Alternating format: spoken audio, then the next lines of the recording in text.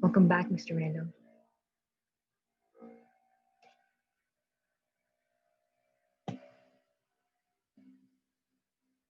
Well, my real philosophy is going to be about that it's not only about teaching history, it's about the opportunity to, like, coach sports, travel, organize events like this. Definitely. So it's not just about the teaching part, Mhm. which is, I mean, the majority of it is.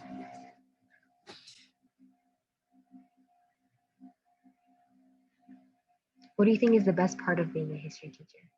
I think the best part is really being able to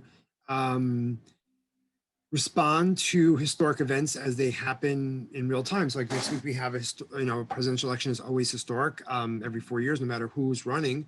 So I think that's the real, like, caveat is the fact that the math teacher, although they may have opinions or may have thoughts about it, really wouldn't be ideal for the math teacher to facilitate a conversation or even do something in class related to whatever's happening historically in the daily lives. Yeah. There's the worst part. Always there's a worst part with something. So the worst part is probably just honestly that you're going to get students who don't like history, who by the time they get to you in high school have had maybe bad experiences with it, where it wasn't maybe very motivating or inspiring. Also, the fact that the responsibilities of teaching have changed. We're doing everything virtually. It's a lot more. It's harder. It's different. Yeah. There's a lot more grading. So there's a downside to it. That comes with the responsibilities and the fact that you're on all the time every day. You have 5 classes and you have to teach. You're responsible for making sure that what's supposed to be happening that day happens, and then all the resources are available and all the tools are there that they need, and then trying to help struggling students is probably also the hardest part, because sometimes you just don't know what the key is to unlock their struggle. Definitely. No, I always give credit to the teachers because it may be hard also on our part, but I know for a fact it's way harder on the teacher's part. Yeah. Yeah.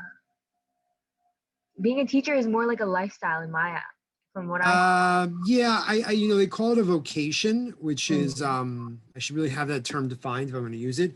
It's kind of like it is kind of like something that's not so like, it's a variation of the idea of a job, right? Yeah. And I'm going to now go ahead and actually get this. I know what I'm saying when I use that term. I just want to make sure I actually.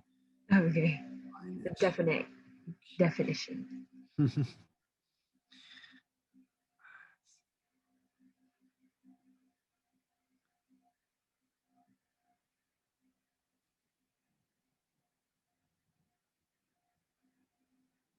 Yeah, so the definition just goes, a strong feeling of suitability for a particular career or occupation, or a person's employment or main occupation, especially regarded as particularly worthy and requiring great dedication, a trade or profession. So being a teacher does require a lot of dedication. Yeah, because you start out with not making a lot of money, and and obviously people could have had made other career choices to go into private business or other aspects of life that maybe would have paid them better. And so I mean that comes with the part of the struggle, I think, as realizing that is you really have to have a passion for it. It's a very unique kind of experience. I can't imagine myself being a teacher. Like, I feel like being a teacher, you have to have the mindset for it.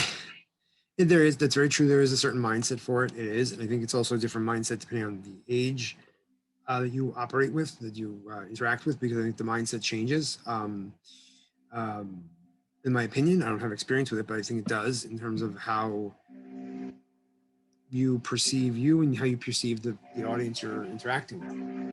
Hello. Hi. What can I tell you, Ms. Dudley, about being a history teacher? You can tell me about what it takes to become a history teacher with the DOE and all of its new policies. Just don't worry about it. Just go in and do your job and don't worry about it. That's my advice, Ms. Dudley. Go in and do your job. My but That's how what am I'm I doing. gonna teach That's the what I'm kids? doing every day. Just teaching my classes. Right, let I'm me, not losing any sleep over anything else. oh, I called them that. Hi, Lena. Hi, How are you? I'm good. Hi, Samantha. And We have a we lot should. of people joining. Oh wow. But I was saying to Lena, I have the third of her sisters this year. Has Lara said anything about my class? Yes, she And has. does she like it better than you liked mine last year? No, I liked your class, and I always Okay. tell her that you're like a really good teacher. Okay. Well, the Zoom is a little different, so but yeah, it's going good, you know. How about yours? How's your year going, Lena? Are you It's doing AP going good. Euro? AP Yeah, Euro, I assume. I have Miss Tweet. Good.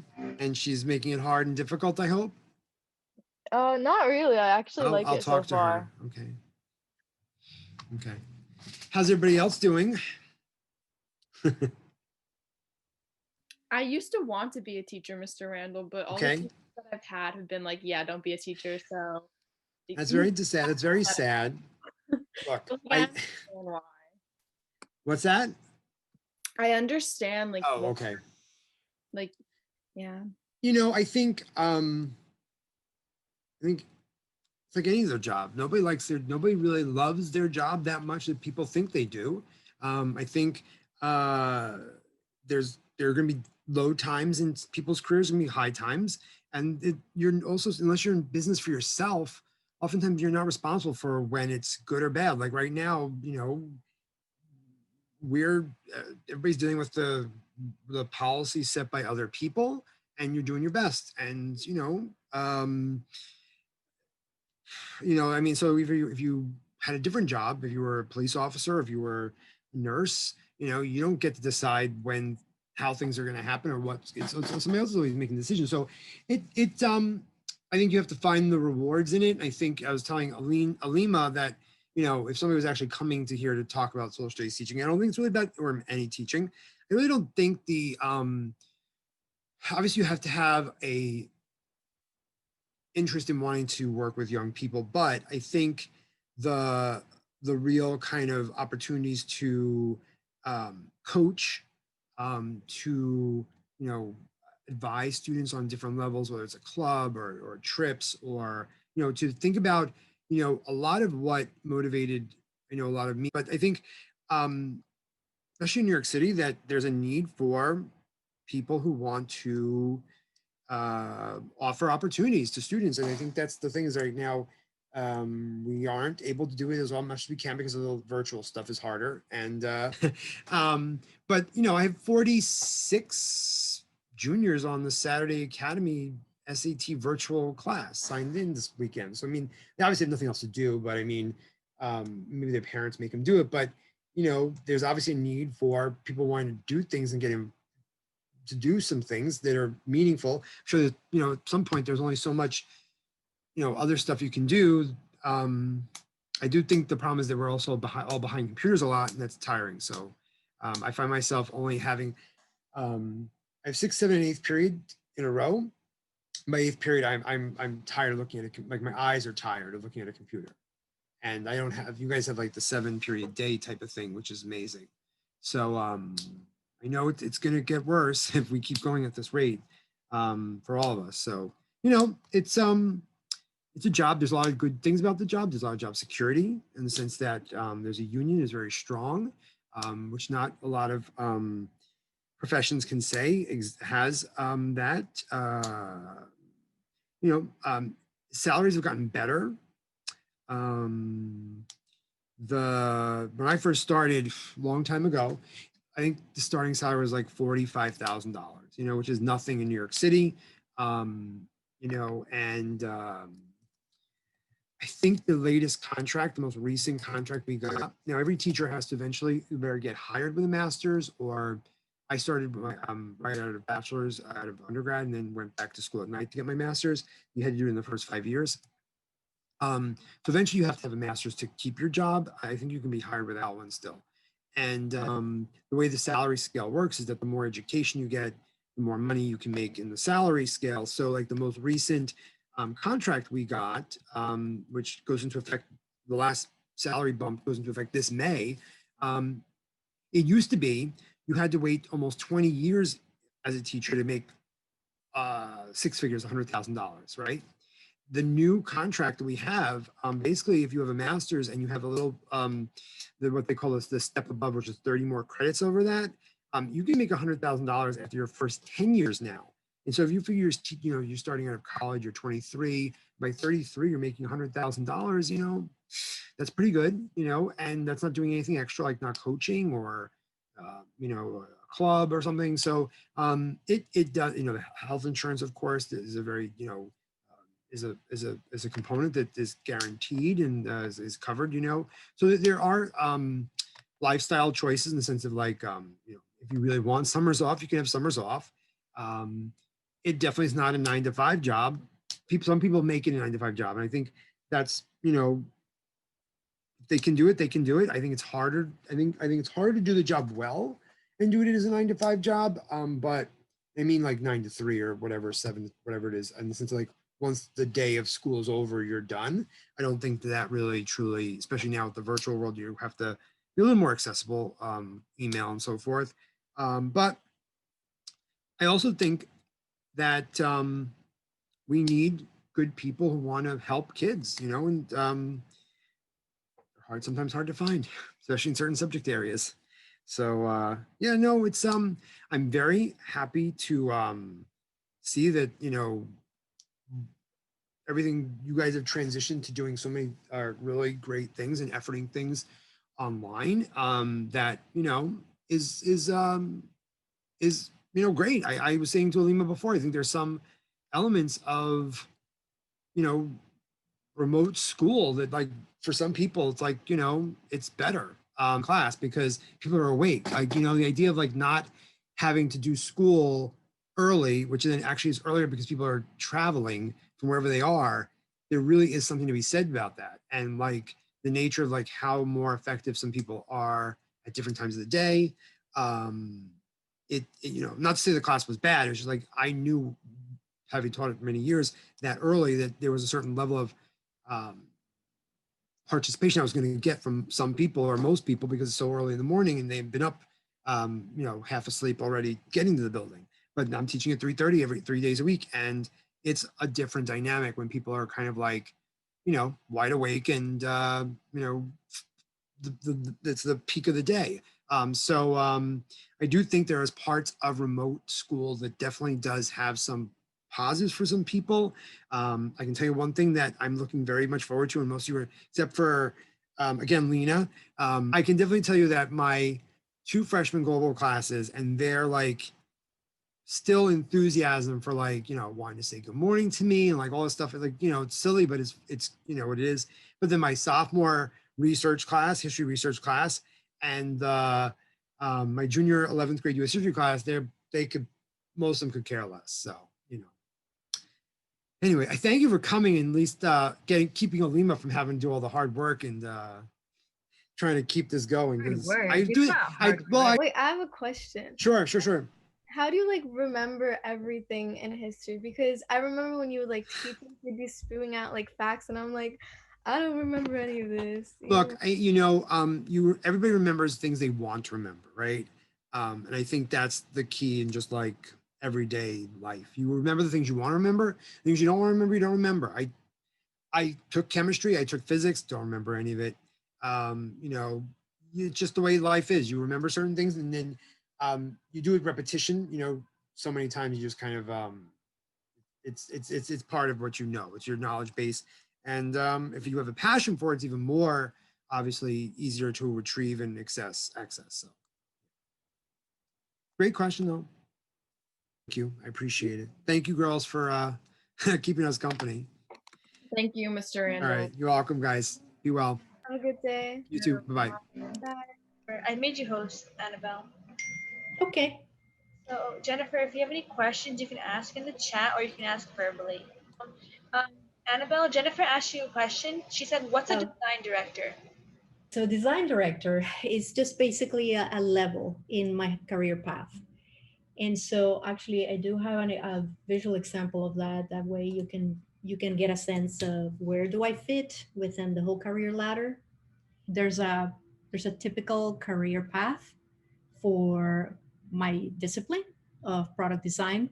So like I was saying, design director sits second from top to bottom, but take this with a grain of salt because this is typical, but it doesn't mean that every single company has that same amount of levels or they call those levels the same way. So a design director in, say, Lyft or Facebook or Google is way more senior than a design director in a media company. So it really depends on where you end up working.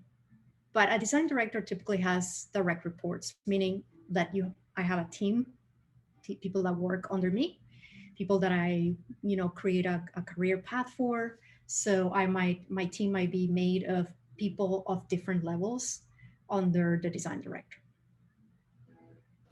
She asked, what do you design? What do I design? Okay, one second. Let me get out of. She asked if you design logos. I don't, in my current job, I don't design logos. I have designed logos in the past though. And so there are things that in my field we might specialize on. And so in my current job, I do primarily the first three things on this list on the left: functionality, visuals, and user research. In the last year or so, I have been focusing more specifically in user research. But in a different company, I might be doing brand creative design or just branding. My job as a product designer is not so much a job about creating logos. It's really about solving problems for users who come daily to use different apps and sites. And so we think more about the functionality, we think about users' problems, that kind of thing. And then there may be visual designers that focus more on the logos and then how things look. She asked what you did in high school. What I did in high school, I did a lot of drawing, but I did it, and oddly enough, I stopped doing a ton of drawing when I turned 15. Don't ask me why, I have no idea. But I did a lot of writing as well. So I oscillated, went back and forth between writing and thinking that I wanted to do some kind of design when I was going through high school. But my high school didn't have a lot of opportunities to explore visual or performing arts through elective work or clubs or things like that. They did have a lot of sports, which I did a lot of growing up, but not so much in the field of visual arts. So I had to begin doing that on my own. And then, like I told you when we first started talking, my very, very, very first job, as I was still in college, was when I teamed up with someone in my family who was running a pretty successful event planning company. And she said, hey, I need someone to help me with the decorations for the parties. And it was a way to begin using my creative arts, inclination. But in the meantime, I ended up in journalism. I studied journalism. I also studied advertising. Both were undergrads. And when I was finishing journalism, I was able to get a scholarship to study abroad. And that's what allowed me to come here to the US. And I did this design as a master's degree here in New York City at Pratt Institute. So basically, I have been, for most of my career, really focused primarily on entertainment and networks. So I moved between HBO. I have spent a lot of time with Scripps Networks, which is the parent company owning Food Network, HGTV, and then that company was bought by Discovery, and that's why I'm now in Discovery. Thank you. She's also asking, did you ever know that you wanted this career path? I didn't necessarily know that I wanted to do product design, or that's also called digital design. I knew that I wanted to do some form of design, and I knew that since I was very young. And it's just that I shifted around between industrial design, which can be very confusing, but some people call industrial design product designs. But the product design that I do is digital. I don't design furniture. I don't design objects. Three-dimensional things. I design digital things. So I went to school at Pratt, and I basically went to a very traditional design school, which taught me graphic design principles. So a lot of logo and branding and identity and typography, things like that, layout, traditional media, zero digital anything. So if you are someone who is interested in school for this kind of field, unlike when I was studying, there's a lot of different options now. And I do have a slide here where I have a good chunk of information for people who are interested in following that career path. And so there are, bachelor degrees. A good one could be the one with Savannah College of Art and Design in Georgia, which has been designed in tandem with Google and it's called Bachelor of Science in Integrated Digital Media. There's a 1 year immersive with a social component, meaning that it's just socially conscious, and that's very interesting, very cool for this day and age in Austin. And then there's a lot of short-term studies that you could pursue. There are 6 months certificates. There's the one with Google, and they also give scholarships. So if you're interested in designing for apps and sites, you might want to do a lot of Googling, Google certificates, because those last less and they might cost less. And on top of that, if you get a scholarship, even better, right? And then you could be doing as well some weeks-long studies. There's a company called General Assembly that's based here in New York City, and you can do maybe like 6-week-long studies, but those things are pretty expensive. So it's the kind of thing that you might want to do when you're already working, you're making money, and you might want to expand what you already know, and then you take one of those immersive classes. But I have worked with people that took a more traditional approach to their studies like me. I did plenty of 5-year-long bachelor studies plus my master's degree. But I have worked with people that didn't have any training whatsoever, and they were awesome designers. So I think it just comes down to the skills that I was talking about earlier. Essentially being someone who likes working with groups, that wants to be collaborative. If you have a lot of great attention to detail, because a designer needs to make sure that things are aligned perfectly.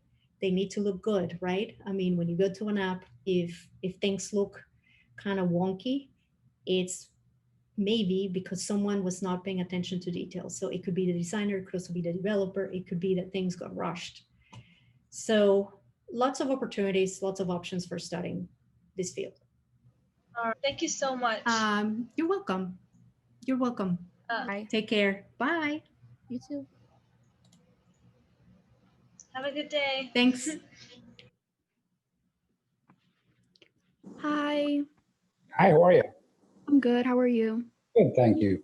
It's nice meeting you. I like chemistry and biology, Mhm. but I've definitely thought about becoming a doctor at some point in my life.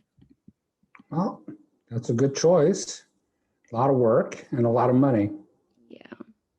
Now, one of the things that you can look at is the CUNY has what's called the biomed program, which is basically close to a free ride, and you have to work for them for a few years, and you can go straight from high school into college, right into the program. It's a 7-year program.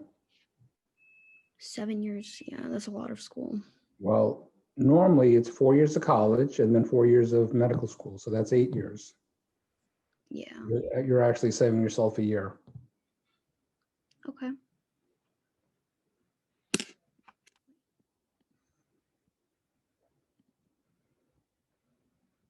Welcome.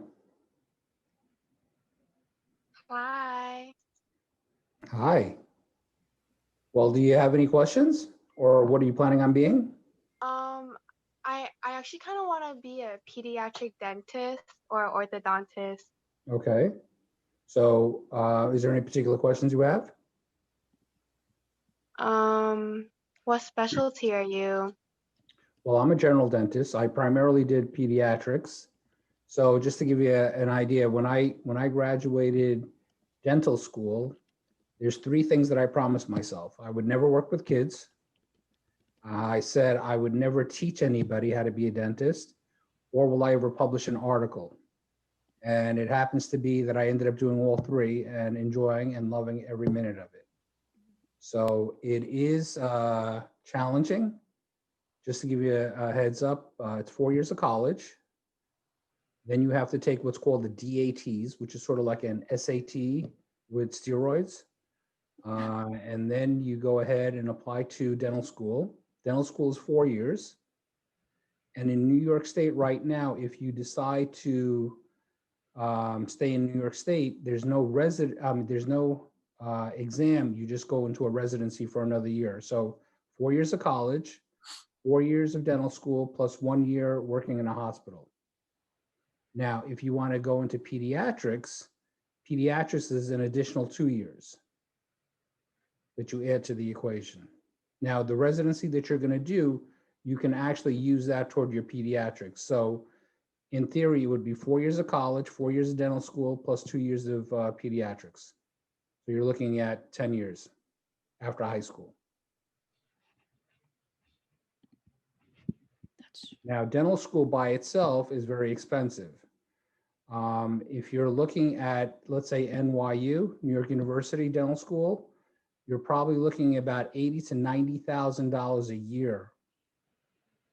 So that comes out to 4 years. And if you do the math, we're at what? $360,000.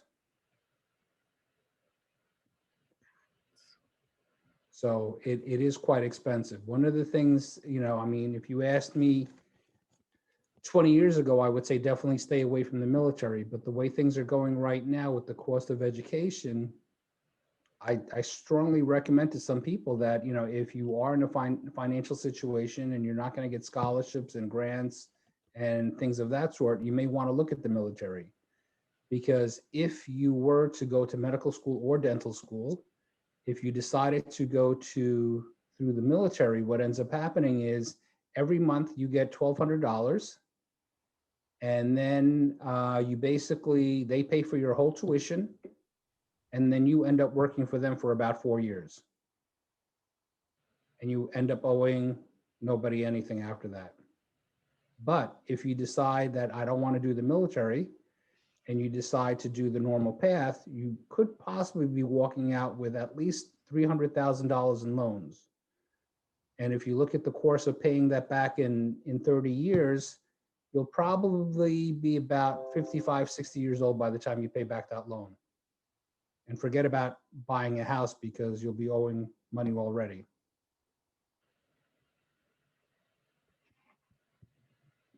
Sort of scary, isn't it? Yeah. So, I mean, these are the things. I mean, medicine is really good. I mean, it's a great profession.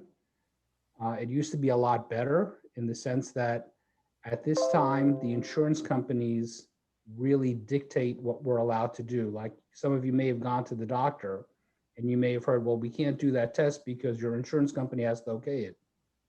20 years ago, your doctor just decided what test needed to be done and it was done and the insurance company had to pay.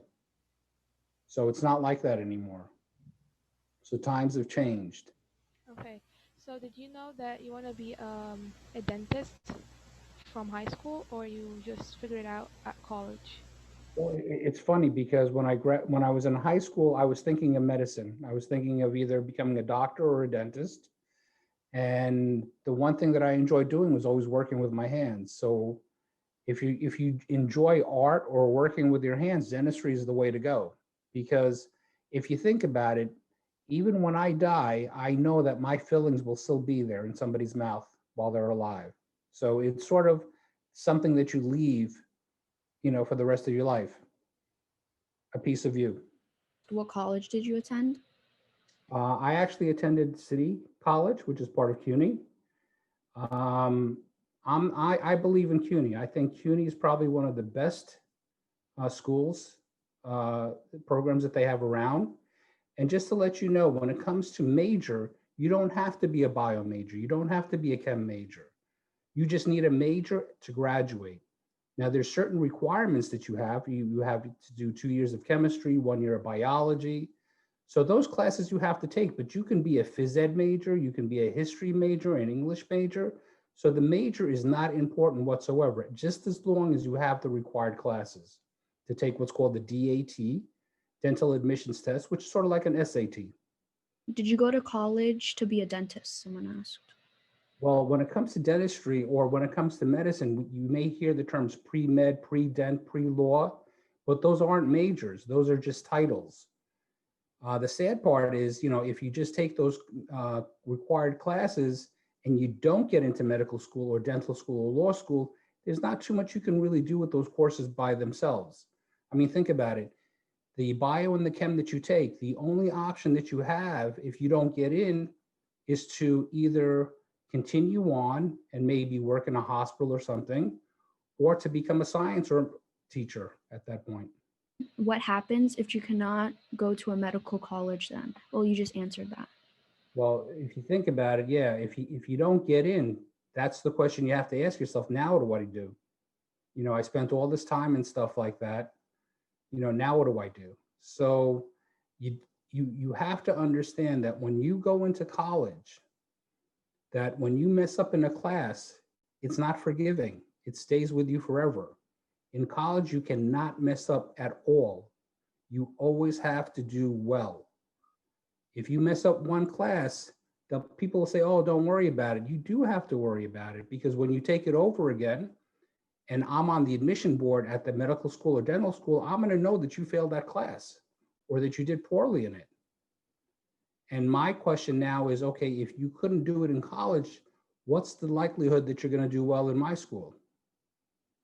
So you have to show them a stellar, grade system that you have, that you've established. I mean, you definitely don't want anything below a B, but in actuality, you don't even want a B. You want to really stay in the A zone. Is it difficult to find a job straight out of school? What type of job are you looking at? Just like medical jobs in general. Well, when it comes to medicine, I mean, or dentistry and stuff like that, there's plenty of jobs. There's no, I mean, it's not like if you graduated from high school, what do you have? You really have nothing. All you have is the ability to read and do math, simple math. But when you graduate from, college or medical school or dental school, at least now you have a skill, which not everybody has. So jobs are available. There's no question about it. But you also have to look at what's happening to that particular field. Is it getting oversaturated and stuff like that? The other thing that you have to consider is what's going to happen in the future with medicine. Because think about it. If you're running a company and you have 10 people that you have to pay $200,000 every year to, and then you have another group of people, 10 people, who you pay $80,000 a year, which group do you really want to keep? The 80,000. So that's why nurses, nurse practitioners, and stuff like that are becoming more and more important, because guess what? I can hire 3 of them for the cost of 1 doctor. And they can end up doing a lot of the stuff that I need them to do. So you need to understand where the future of that particular career that is going to go. And with AI, we're seeing that more and more. Right now, they have computers that they're using to help diagnose what type of treatment to do on patients who have cancer. Because guess what? A computer can read all the journals, in a day, whereas a person may take months to read those journals. So they're not up to date on the new techniques that are available. So AI is becoming extremely important in medicine. Well, one of the questions that I need you to understand and be ready for is when you apply to medical school or dental school, one of the first questions they're probably going to ask you is, why do you want to be a doctor or a dentist? And you need to have an answer. You can't say, I like helping people, because then my next question to you is, what have you done? And that's why I strongly recommend that you go into volunteer in a hospital or something, because you can say, well, this is what I did, or I helped at the senior center. You can't just say, I want to help people. Now you have to prove to me, what have you done in the last 22 years? Because that's about how old you'll be when you're applying to medical school or dental school. What have you done in the last 22 years to prove that that's truly what you want to do? You can't say, well, I helped my mom or my grandmother. Well, guess what? You're supposed to do that. Tell me what you've done outside of your family. What are the hours of being a dentist? Well, for me, I only work 3 days a week, and it didn't happen overnight. It took many years to get to that point. So those are the things that you have to understand. So when I was in college, when I went to City College, my education was for free. I got financial aid. So I ended up owing nothing when I completed college. When I got into dental school, I got scholarships and grants, which helped me quite a bit. So by the time I was done, I only owed about $20,000, $30,000 for dental school, which I was, thank God, able to pay off in a few years. But from what I'm hearing from students right now, they're walking out with close to $500,000 in loans. And I always ask them, how are you going to pay this off? And they shake their heads and say, I don't know. So please be mindful about the loans that you're going to be experiencing. Don't feel that, oh, because I'm a doctor or a dentist, I'm going to make a ton of money. You're not.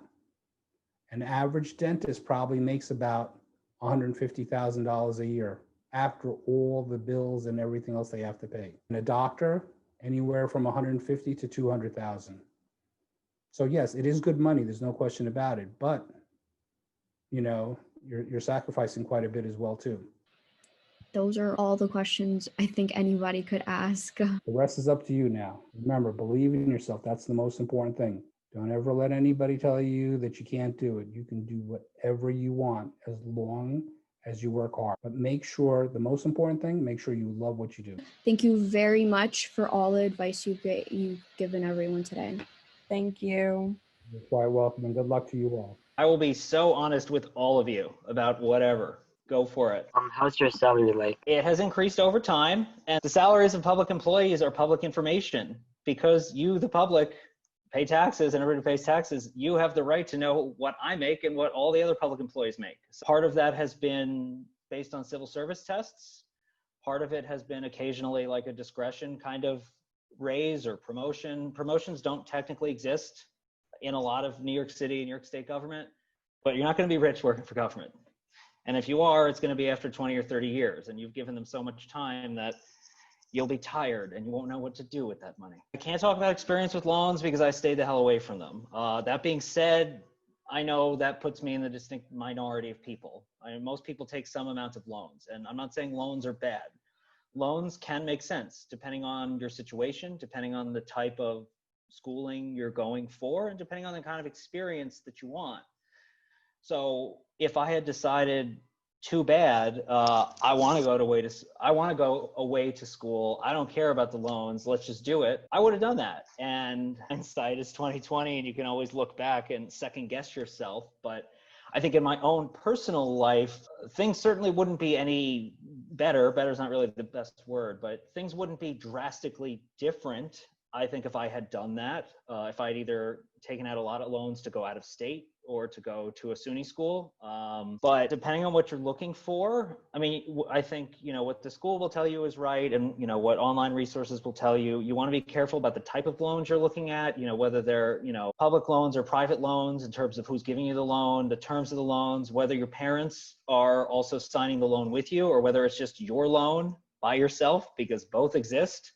So you want to be careful about that. Now, I would encourage all of you to not rule anything out based on money. And I didn't until the end. I kept everything on the table until I saw all the options, and ultimately made the choice that I did because, you know, I didn't end up there, and I didn't see myself ending up in certain jobs that were going to pay me a lot of money that it would be easy to think about paying the money back. I just, you know, I didn't think it was going to happen. For a long while, I thought about being a teacher. Sometimes I still think about being a teacher. Teaching is wonderful, but you are not going to get rich as a teacher. That doesn't mean you shouldn't do it, but that was one of the things I thought about for a long time. Beyond that, I didn't really know. After I decided I was going to stop taking my education classes in school, I didn't really know where I was going to go or what I was going to do. My dad was really annoyed with me. I went and did St. Rose, the College of St. Rose, and did my administrative certification, which is another 30 credits. And you don't actually get a degree, you just get administrative certification. And this opportunity became in my neighborhood at a local building to get the special ed certification. So I took courses over the summer from Brooklyn College, but it was just in my neighborhood. I didn't have to go to the college. And I did that over the summer, and I have 2 special ed licenses. One is, they're extensions once you have a teacher certification. One is a generalist for any subject from grades 7 to 12, and the other, of course, is in math. So I have a few licenses and certifications that are mandatory to do the job that I have. So the 2-year degree in Florida, I actually did that as an older person, and I collected a lot of my random college credits, and I finished the 2-year degree in 1 year because I already had some previous college. I just love to learn. So I always kind of went to college wherever I was and just took a course here and there. And so I consolidated that and finished at Broward when I finally decided to finish my degree. So that was 1 year, but of course I had the previous. And then Stony Brook took me another 3 years. I started in 2002, graduated in 2005. It's very hard to get a 4-year degree in 4 years these days. It's really 5 years. There's a lot of extra stuff that is mandatory. So 4-year degrees is non-existent, I think. Everyone I talk to, it's mostly 5 years. But and then after that, I really rushed for the master's in 1 year. That normally takes 2. People do 2-year master's degree. I did it in 1 year. And the St. Rose certification was, I believe it was a 15-month program. So it just ran on the weekends and through the summer. So that's a lot. I feel like, for me, it feels like 11 years of college, but I didn't go without breaks.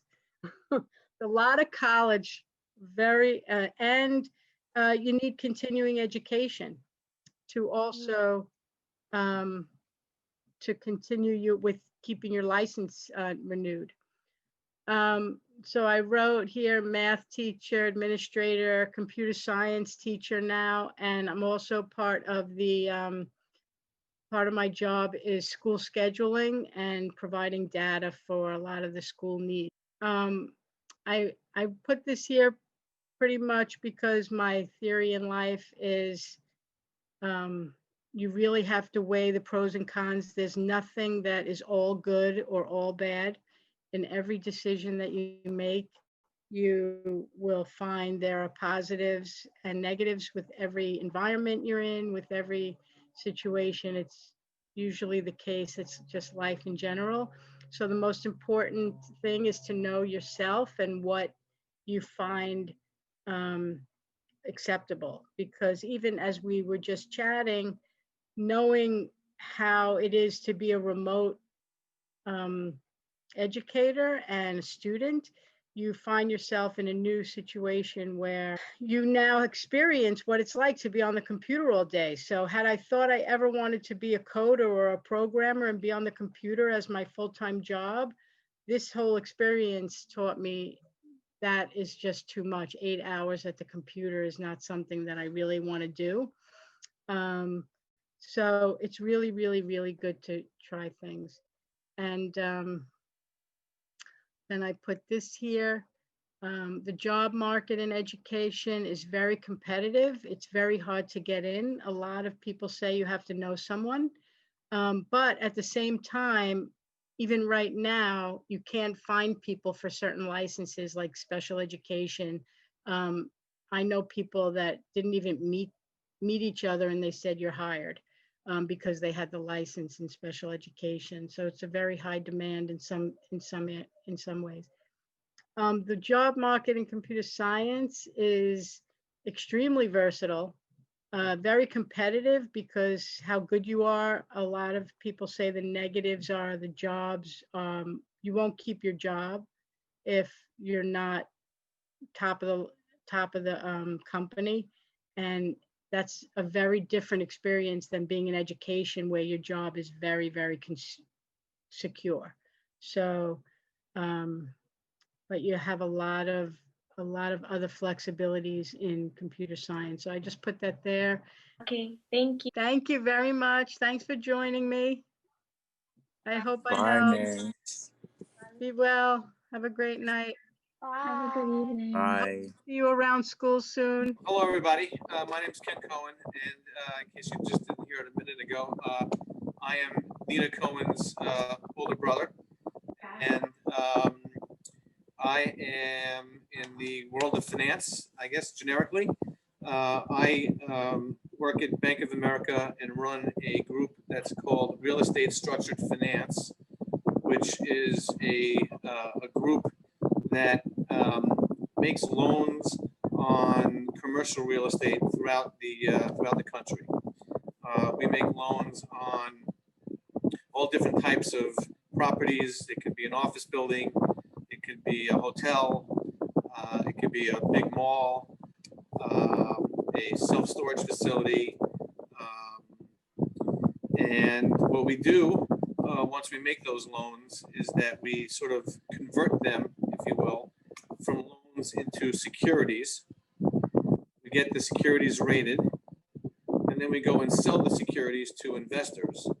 And if we do it all correctly, there's a little bit of an arbitrage between where we price the loan and where we sell the securities. And if it all works perfectly, we keep that arbitrage. And what's sort of fun and unique about this particular business is the fact that it sort of brings together two different, very distinct worlds. There's the fundamental real estate world, and then there is the capital markets securitization world. And those two worlds are very different, but the fun of the business is sort of bringing both of those distinct lines of business together. And you meet a lot of very interesting people in this space, both on the real estate side as well as on the bond buying side. And you get to travel all over the country, and in fact all over the world, to meet with all different investors, and you get to walk and visit a whole host of different properties. And the fun of the whole business, in my view, is every loan that we look at is basically a bit of a puzzle, and you have to try to figure out what you think a particular piece of real estate is worth, how much money you want to lend against that piece of real estate, and how much to charge and how to structure the loan so that when you convert the loan into securities, you can make something that bond buyers or some buyers of securities are going to be interested in buying. And every deal is very, very different. Every deal is very unique. And how we bundle those loans together is sort of the art that's a part of this overall business. Some of it is very mathematical and sort of very, what I'll call scientific, but a large part of it is really a bit of an art in trying to understand what bond buyers want and what owners of real estate want. And you know, the difficulty is trying to marry those two different demands in order to make the whole thing work. So that's what I do, in essence. Maybe it makes some sense to talk a little bit about my career path to give everybody a sense as to, you know, how things started and how I got to, you know, sort of B of A after all these years. So I went to the University of Vermont as an undergrad. I was a political science major, and I had always thought that ultimately I was going to go to law school and become an attorney, just like my dad. And I was sort of heading down that path when I got a job. Actually, to be fair, my mom got me the job between my junior and senior year of college at a firm called Lehman Brothers, which was a great, wonderful investment banking firm that sadly went out of business back in 2008 in the great financial crisis. And it was during that summer job that I got exposed to the trading floor, which I had no idea it even existed before I actually got there. And I loved the energy and the excitement that came with being a part of the trading environment. And I basically shifted gears and skipped law school and ultimately got a job when I graduated college working at Lehman Brothers. And I started off in sort of a back office function. And over the course of the first year or so, I met a bunch of folks who were sitting on a mortgage trading desk. And ultimately, after about a year or so, they pulled me up, if you will, onto the desk to become a trading assistant. It was my job to do basically whatever the senior people on the desk wanted me to do, whether that was getting breakfast or writing trade tickets. And for me, it was just a great way to learn as much as I could about a side of the business that I had never knew even existed before. And I got very lucky in that I worked with a great group of people. And I also was very fortunate that the area that I was working with was relatively new and grew tremendously over the next several years. It's, working on a trading desk is not for everybody. You have no privacy. You have a little tiny desk, and you're basically on top of everybody that's all around you, which might be hard to do in today's COVID environment. But in normal times, it's a lot of fun. There's a lot of camaraderie, and it's a lot of hard work. I would get there at 7:30 in the morning, and I would go home at 9 or 10 o'clock every night, and I would often work on weekends as well. But I loved it, and over time, my role changed, and basically for about 14 years, I traded a whole bunch of mortgage loan products, which I won't bore you with too much detail, but it was a fun experience. It was very unique. And after about 14 years, I went off the trading desk and picked up responsibility for managing the loan origination business at Lehman Brothers. And I was at Lehman Brothers for 22 years, from 1986 all the way to September of 2008, when, as I said earlier, unfortunately, Lehman Brothers went out of business in the financial crisis.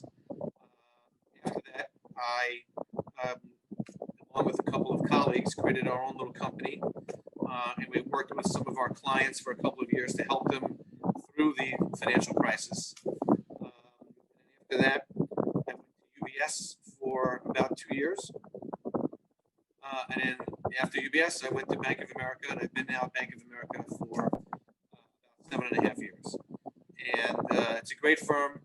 I work with a great group of people. And the business that I do now is very much like the same business I did back at Lehman Brothers. As I said earlier, it's a lot of fun. You meet with a lot of very unique individuals. It's very challenging. You have to be very creative. You have to be very quick on your feet. But if you are somebody that likes that type of environment, I can't think of another job that sort of exposes you to all the different things that we're exposed to, both in terms of travel, interesting people, and risk. And we take a lot of risk. The loans that we originate originate, vary in size. We do loans as small as $2 million. And we're actually in the market now on a loan on the Grace Building in Manhattan, which is an office building on the corner of 42nd and 6th Avenue. And that loan is $1.25 billion. And we do everything sort of in between. If you like to travel, like I said earlier, it's a great way to see the world. I travel all around the country visiting all these different pieces of real estate that we lend against. And I travel all over the world to visit with bond buyers when we're in the market looking to sell some of our product. I've been to Asia 25 times over the last several years. If you enjoy meeting different types of people in different environments, and you are good at interacting with all types of different people, then this is the type of job that you might find very interesting. Like I said earlier, it's not for everybody. Some people are really, really good at numbers and not so good with people. Some people are really good with people and not so good at numbers. And to do this, you need to have a little bit of both. But if you are somebody that likes that challenge and enjoys, like I said, meeting people and trying to figure out sort of puzzles, then it's a wonderful, fun, very exciting, and unique job. I have, as part of my group, a total of 55 people in the group. Most of the people are in New York, but we have some folks out in California, some in Texas, and some in Charlotte, actually. And one of the nice things about the overall business is that there are a variety of different functions within the business. There are some folks whose job it is to go out and meet owners and operators of real estate and try to convince them to take a loan from us. There are some people who, once we have a loan package in, have to rip through the numbers, figure out how to come up with an appropriate loan to make. Once we determine that, we have other people in the group whose job it is to, attorneys who close the loans. And then once we have the loans made, we then have another group of people who sort of, I'll say, convert the loans into bonds. And then finally, we have another group of people who actually go out and sell the securities. So within our business, there's 5 or 6 very unique jobs that require, all different sort of skill sets. And one of the nice things about the business is you really need all those different functions within the business working together in order to make the whole thing actually work. If you are a great people person and you have great relationships with owners of real estate, but you're not good, but you don't have a good lawyer closing loans, or you don't have good distribution people selling the securities, then the ability to generate this arbitrage is going to be very challenging. So it really is a team effort to make this whole thing kind of come together and work. That's a decent overview of sort of what I do and what the job entails. Ariba, do you have any questions? Yeah, I have a couple of questions. Sure. I had a lot in my head, and then he answered a lot of them. I still have more. How do you organize your time? Like, it sounds like a lot. Well, it's a good question. I think I tend to try to get into the office early, or if I've been working at home of late, I get up early and try to organize my thoughts and sort of make a list of what are all the things that need to be sort of accomplished over the course of the day or the week. And, to be honest, a lot of what I focus on sort of happens almost automatically, and meaning, I respond to the various situations that we're dealing with as a group. So I have certain things I'd like to try to accomplish over the course of, like I said, the day or the week, but oftentimes that what I want to do and what has to happen don't necessarily line up exactly. And so you have to be pretty flexible around what you focus on over the course of the day.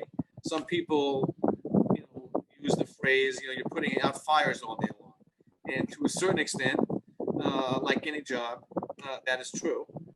But I do find if I get up early and try to organize my thoughts and focus on what I want to try to accomplish over the course of the day, that's what I find to be most helpful.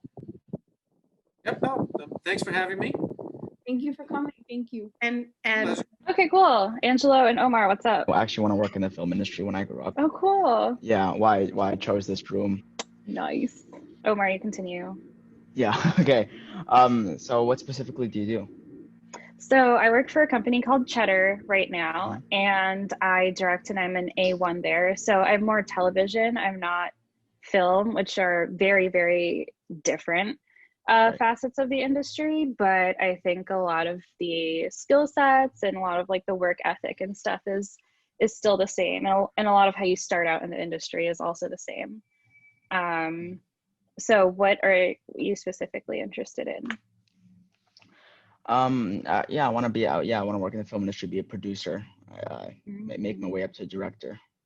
Yeah. Nice. Start there. So what do you think are our first steps?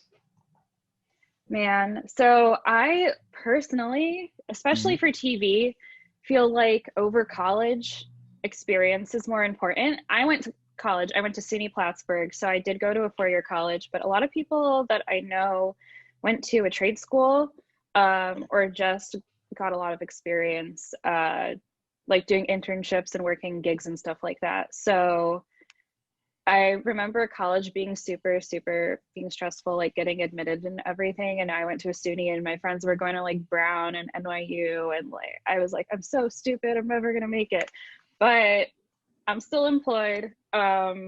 It's mainly just like doing your best and working, like getting as much experience as you can. So you might have to start out like, I got super lucky. I started, Verizon had a news channel, FiOS One News. So I started there. I started mixing live news there. So I never had to get anyone's coffee, but like you might have to like help your friends out with projects, get that on your resume, submit it to films, maybe you'll get interest. So it's all about just like getting experience where you can really. And it's a pretty small community, honestly. So you're gonna like meet people who know people who introduce you to people, which is a really good thing about production in general. Oh, okay. When I went, I think the year I started taking acting class, we had to like stop doing plays. I think I only got to do like one play because we like didn't have the budget for any more basically. Oh my but God. There was like one play. That was super fun. That actually was helpful for production because I did the mics for that. I literally just like controlled the gain levels of all the mics and that was it. But I was like, oh, this is cool. And then I went to college for production. What'd you major in? Radio. So I went to SUNY Plattsburgh, like I said. I double majored in TV, video, and audio radio production because I was like, first of all, this is like risky to get into. I want stability. I want to get paid. So I want to know a bunch of stuff basically because I don't really know what I was into. I just know I like creating a vibe. I like technical stuff, but I also like creative stuff. So I was like, okay, this is a pretty good field for me. So I got experience in, I did theater production. I did technical / event production crew. So like for theater, I'd like climb up into the rafters with my wrench and I would like point the lights at the right spot. And I learned how to set up speakers and like sound systems from scratch basically. And then I also was part of my college's radio club, but we also had a radio station, but I didn't do that because I also had to work and I was an RA and stuff. I did my school's television thing, PSTV. And then when I started working in the industry, Cheddar was a startup. We got acquired by Altice, like Optimum, Altice. But when I first started about 4 years ago, we were like super startup-y. It was sick. We got like drinks every Friday. We had like Thursday snacks. It was really cool. But we were a really small company. So what I got to do was I just kind of said, hey, I'm interested in voiceover work. And I got to do a podcast for us for SiriusXM for a little, like a 1-minute news snippet. I got to do post-production editing for some stuff. And then for voiceovers, since I did that like little 1-minute thing for us, they thought of me again when they had more content to shoot. So I actually got to voice over some of our videos on YouTube that are talking about like Marvel and why they're cool, or like why PBR became like a hipster beer. So that was really sick. So yeah, that actually goes to show you that you just have to show your skill set and maybe like speak out first, and you can get more opportunities. Because I got to do a voiceover for this video that ran at like the Chase Lounge for the US Open, and I got to do like a jewelry commercial voiceover. So that was really cool, but that's all because I literally just like mentioned to one of our anchors that I like to do something, and then she was like, I don't want to do it. Do you want to do it? And then like it spiraled. Oh, that's awesome. So that's like a really good example of how putting yourself out there kind of pays off. But that's not my main role. My main role is control room work. I work in the control room and live news broadcast. So that's my specific background. I see. For which news outlet? For Cheddar, like the cheese. Yeah. You probably are like, if you're familiar with us at all, it's probably like gadget videos that show up on like Facebook or Instagram or whatever, but it's more like geared towards millennials, and we mostly talk about business news, but we really expanded our content to like climate and social justice and like things that kind of matter more than the stock market, because it's a stock, like it's so disconnected from reality. Right. But yeah, so I work for Cheddar. Okay. Wow, that's interesting. Yeah, it's a streaming service. We started basically so that news could be like accessible and online. So you could just go to our website, or you could like service, you could be there and watch news. But then we're like kind of real now. It's insane. We're like channel 1 on Optimum, I think. So we're on like real TVs now. I know, I got so lucky, because honestly startup culture is pretty risky, but I got my start in local news. I got my start at FiOS 1 News for Verizon, which folded I think like a year or two ago. It wasn't because of COVID, it was because of other stuff. But I really didn't like the local news scene, and I wanted to get out. So I just got really lucky that a startup was like, okay. Well, it wasn't the startup. I knew someone who worked there actually. Connections, man. That's what's gonna make jobs. Because I also got my FiOS job from a college connection. Wow. So what you're doing is amazing, but you wanna do more, like you have bigger ambitions? Yeah. I don't know yet, but I do still kind of want to work for like or something like one of the more like legacy networks. I think that would be cool. But I do love startup culture. I like a younger crew. Everyone that I work with, I'm 26, which to you is probably so fucking old, but I swear I was like 18 yesterday. But like everyone I work with is like in their mid to late 20s, early 30s. So to me that's young. So to me that's amazing. And I really like that. But now that I've been working for a while, I've been working for like 5 years out of college. I know people who work for like Trevor Noah, or who work for like CNN and stuff. And I'm like, what? okay, that sounds cool. But I'm gonna see where my career takes me. Cause there's a lot of, when you're not working a union job, you have a lot more creativity, a lot more flexibility. When you're working a union gig, there are certain roles that you have to adhere to. There's literally equipment you're not allowed to touch because you are a director, or because you are this certain job. And I don't like that.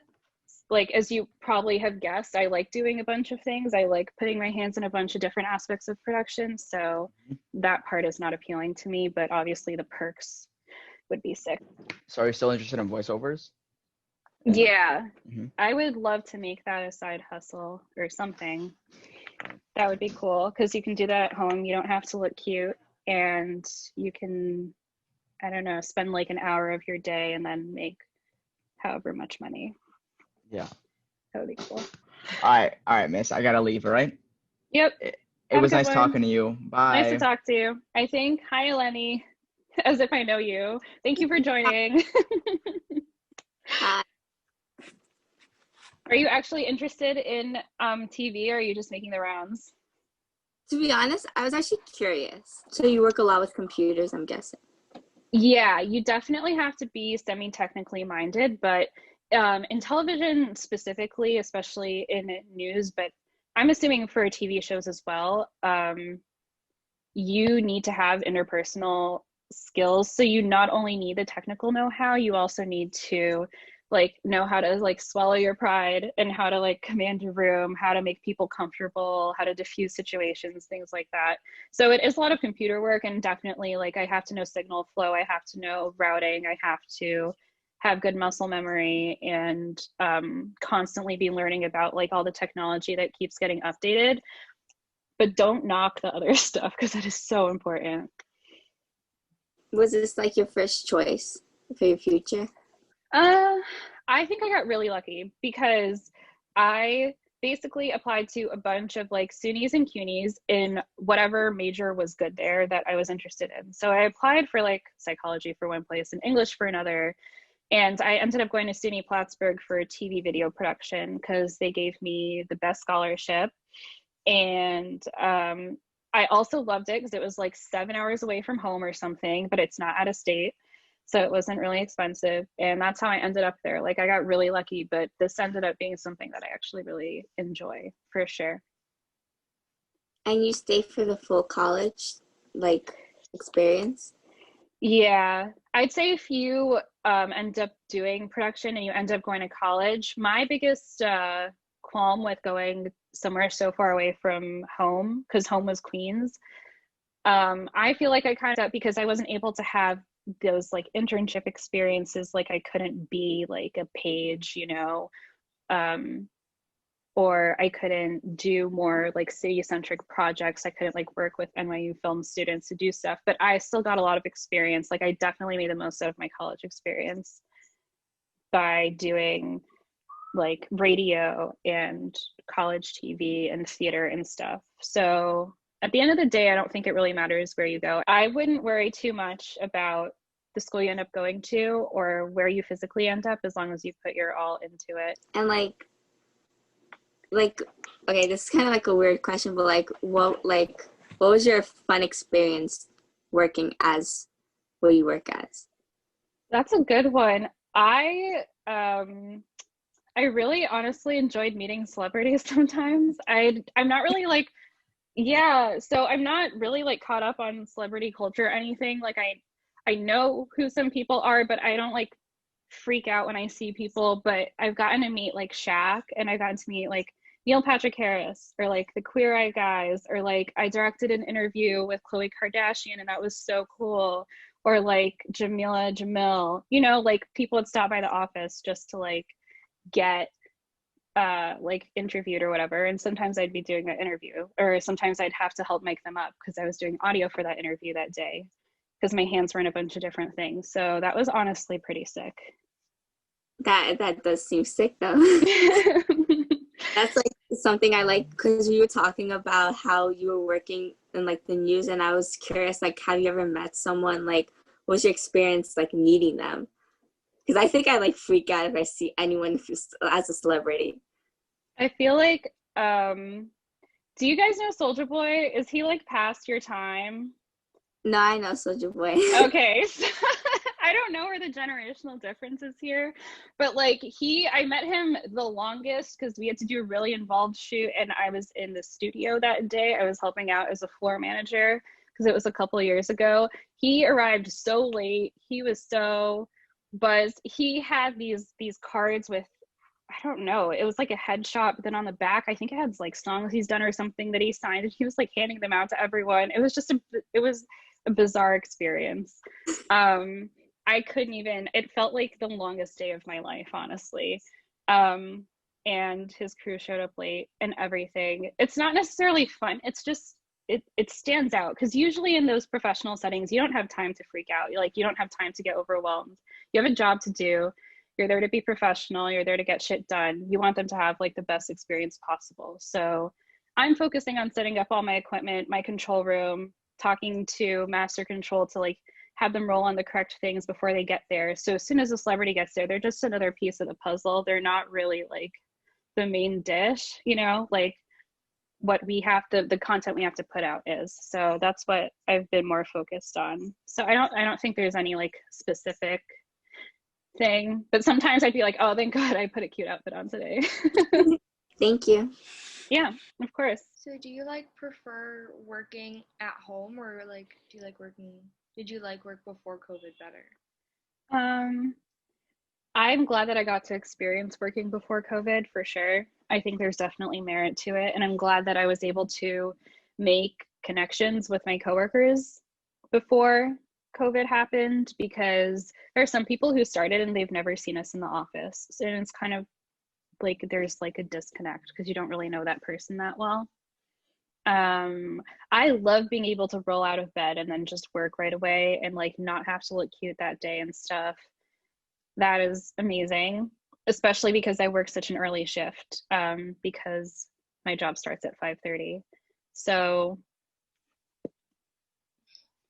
there are pluses and minuses. And my company actually, like most of it got laid off. Like half of the company or something got cut because of COVID. So I was super lucky to even have a job. So just the fact that I'm employed, honestly, is what like makes me super grateful. I'm glad that they kept me. We got people. Hi, Sophia. Hi, Lena. What made you guys join this? Are you just making the rounds?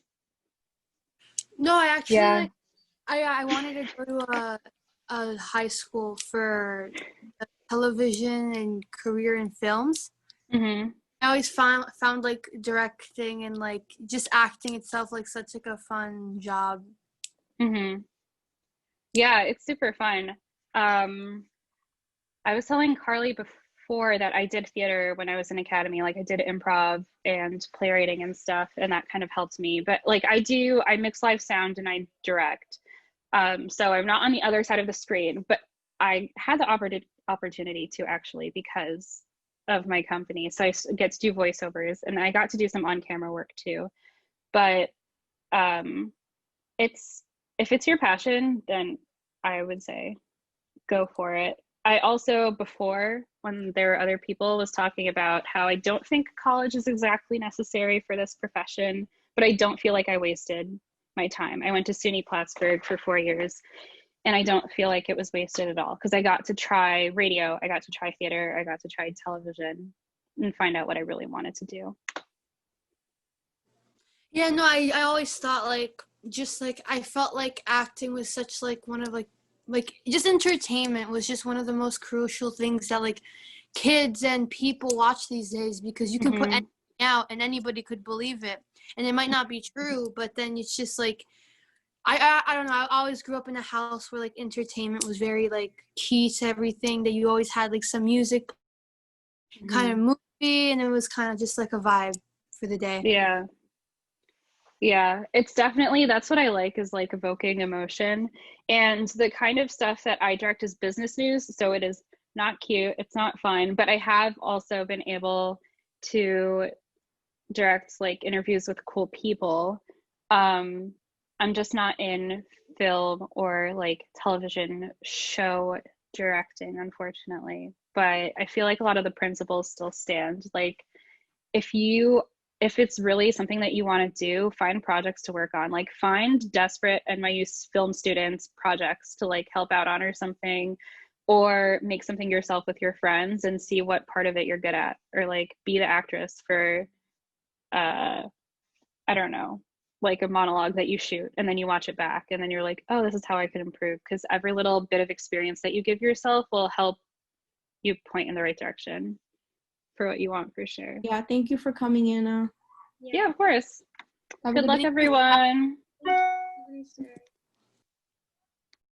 My name is Rich Ness, and I work for a company called Entercom Communications. And Entercom is the second largest radio media provider in the United States. We reach 170 million consumers each week throughout the country. We have almost 250 radio stations in, I believe, 42 of the top 50 markets. And we have a heavy presence in the news and sports platforms, as well as music. Live news and live sports are seemingly things that people are always interested in and can never really have the same type of meaningful impact when they're recorded. If you think about how you consume media, whether it's TV or cable or radio, you use it like a utility, especially your news and sports and information. And as you people get older and evolve and mature in your careers, you'll find that news and information are things that you will always gravitate towards. And at one point in your lives, you'll stop getting your news and information from your social media feeds and start to get it from a traditional news outlet, whether it's a cable TV operator like CNN or Fox or MSNBC, or a news service provider like CBS, ABC, Fox, or NBC. Or from my company, it's in New York, it's 1010 Wins and CBS AM, which may be some radio stations that you folks have heard of, or maybe even people in your family or parents use. And my role for the company is basically to sell media to advertisers, such as Geico and Home Depot and Mercedes-Benz and Mazda, McDonald's, stuff that you people probably use each and every day. And, we do that by selling them traditional 30 or 60-second radio commercials, as well as our digital and social media platforms. And we use that money to, fund our news operations and fund our music operations.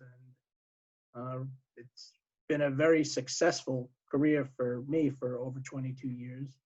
And it's a vibrant part of our economy. And as most people know, if you own an automobile, it comes with a radio in the dashboard. So radio is something that's been around for a long time, and it's really not going away. It's just how you are going to be able to consume your radio or music or any type of media. And what we're finding is that a lot of people are consuming radio on their mobile devices and smart speakers, and our company is fully integrated into reaching people no matter where they are and no matter how they consume their media each and every day. And probably 20 to 25% of our consumption by our users, or our audience, is done either by smart speaker or mobile device. And we're able to measure what and where and when people are listening to our various programming throughout the country. Questions? Ava asked, what college did you go to? I went to Marist College, which is in Poughkeepsie, New York. And I studied organizational communication and public relations with a minor in psychology and advertising. Thank you so much. We're going to go to the other ones because we have to check all of them out. But thank you for your time and sharing this with us. It was really interesting. Thank you. Thank you. Bye, ladies. Bye, thank you. Hi. Right now, I'm pretty happy where I am. My goal has always been to be a registrar at a museum. But as funding for museums kind of gets cut, it's hard to find a job in sort of a nonprofit sector, which is what I always wanted to be in. So it kind of just will take time to see how things open, how things recover. Pre-pandemic, I would be like, yes, I want to work in a museum and I hope positions open up soon, but positions like that don't always open up a lot. A lot of people that work in museums stay there for a very long time until even retirement. So those positions don't pop up often. And when they do, they often go to someone that is already with the museum. which is why I always recommend doing the internship. So you do have sort of an in somewhere. I did some classes at the Met, which kind of helped me meet some people there. I would go there after school and do art classes. I don't even remember what they were called, but we would walk through the galleries and talk about the art and sometimes do some drawing, which was kind of silly because I can't draw. So that was fun. So yeah, I would love to work in a museum if I could. We'll see what happens. I worked at a company that was very close to where I lived. And from what I remember, I think my hours were 10 to 6 when I started. At the time, when I first started my first job out of college, I lived with my parents because I had just finished college and I had no money to move out. So my parents let me stay with them a bit. And then as I worked more, about maybe 3 to 6 months into it, I was able to get an apartment, which I am still in. So I've been in the same apartment since I moved out of my parents' house. But I moved in with a roommate who I was very good friends with, and we found time after work to get drinks or, food or go out with friends. So you do find that balance. It's a little overwhelming at first since you're trying to get used to a work environment, the hours, and trying to have a life for yourself. I feel now I have less time for myself than I did when I was younger, but that only is because I have a lot more responsibility now. I don't have children, so that I think makes things easier for me. I want to say, since I don't have to do homeschooling right now or take them to school, I can focus on work and life. I admire people who are keeping themselves sane right now. But yeah, you do find time for yourself. When you're right out of college, you're not going to start this, high pressure job where you constantly have to take things home and work on them. I assume most jobs people get out of college are entry level, so you can leave work at work and then be at home and do whatever it is you're interested in, riding bikes or making art. A lot of people I work with have their own studio practices. So after work, they'll go to their studio and make art, or on the weekends and have their own shows at their friends' galleries or other high-end galleries. A lot of art handlers I know have amazing practices where they paint still or make sculpture and show their work. So you shouldn't be scared of that work will eat up your time. You will always make time for yourself if you need it. What college would you recommend to learn more about art? I recommend Pratt. I went to Pratt, NYU. There's also the New School in New York. There's the Savannah College of Art and Design in Savannah, Georgia. I applied there, I got in, but I couldn't afford it. It's very expensive if you don't get money from them. Even SUNY Purchase is really good for art.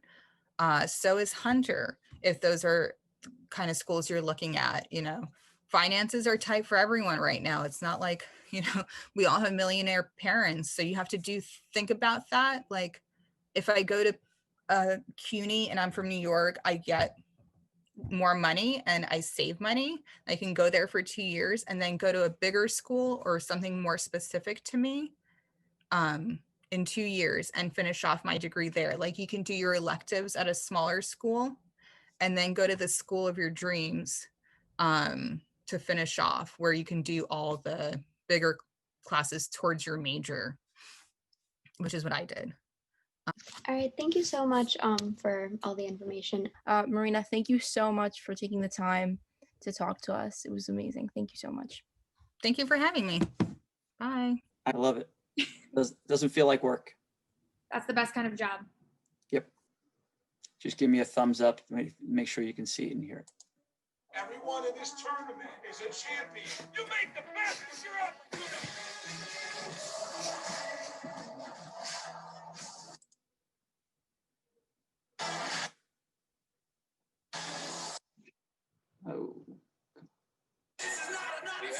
shining star at sunset. Oh my it's goodness. Going, yes. Thomas. Sorry, it's For the buffering. finishing touches. It's a kept up coronation.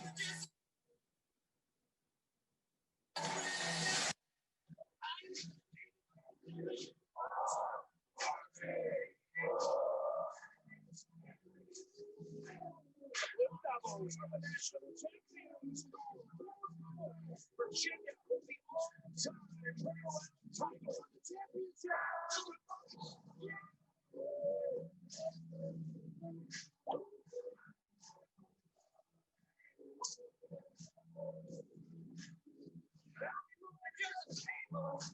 Jump pass.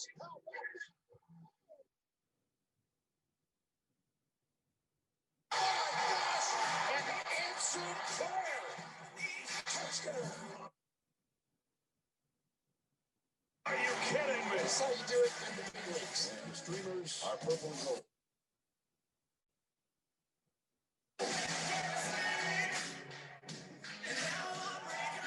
Yes, sir. There it is. Open for the ages. Is it his time?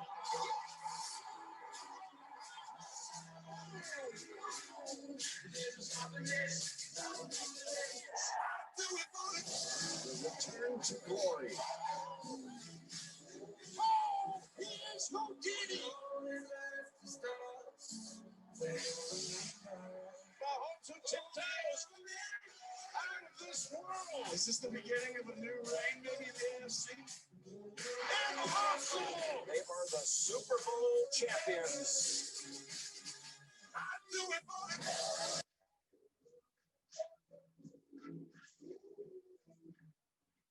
All right. So there you have it. That is a little breakdown of the events and the championships that we have on CBS Sports. Welcome, everybody. My name is Adam London. I am the Senior Vice President of Business Development for CBS Sports Digital. CBS Sports Digital is made up of a variety of platforms and ways that you can get sports news and information. We have a website, cbssports.com. We have a variety of CBS Sports apps on all the places that you might expect, on your mobile phone, on your tablet, on your connected TV, on your Apple, Roku, or Amazon Fire, all ways to get news and information about sports. I've been here for 14 years, and my whole dream in terms of work was to be working in sports. And we'll talk a little bit later about kind of the path that I followed to finally end up in this job in sports. But it's a lot of fun, and it's something I'm super passionate about, not only as a sports fan, because I've been a sports fan my whole life, and I've also participated in sports my whole life, but the business of sports was something that was always very interesting to me. So that's why, this job ultimately is where I found myself, and really was my goal when I started out, kind of trying to figure out my career path. So I figured today I would tell you a little bit about the business, and then talk a little bit about me, and then in my path and kind of my thinking of how I ended up in this career. And then I have what I call my 10 careerments instead of commandments. I call them careerments because they're things to think about as you, in your very kind of young lives right now, start to think about what you might want to do as you move forward in school, and then start to think about college.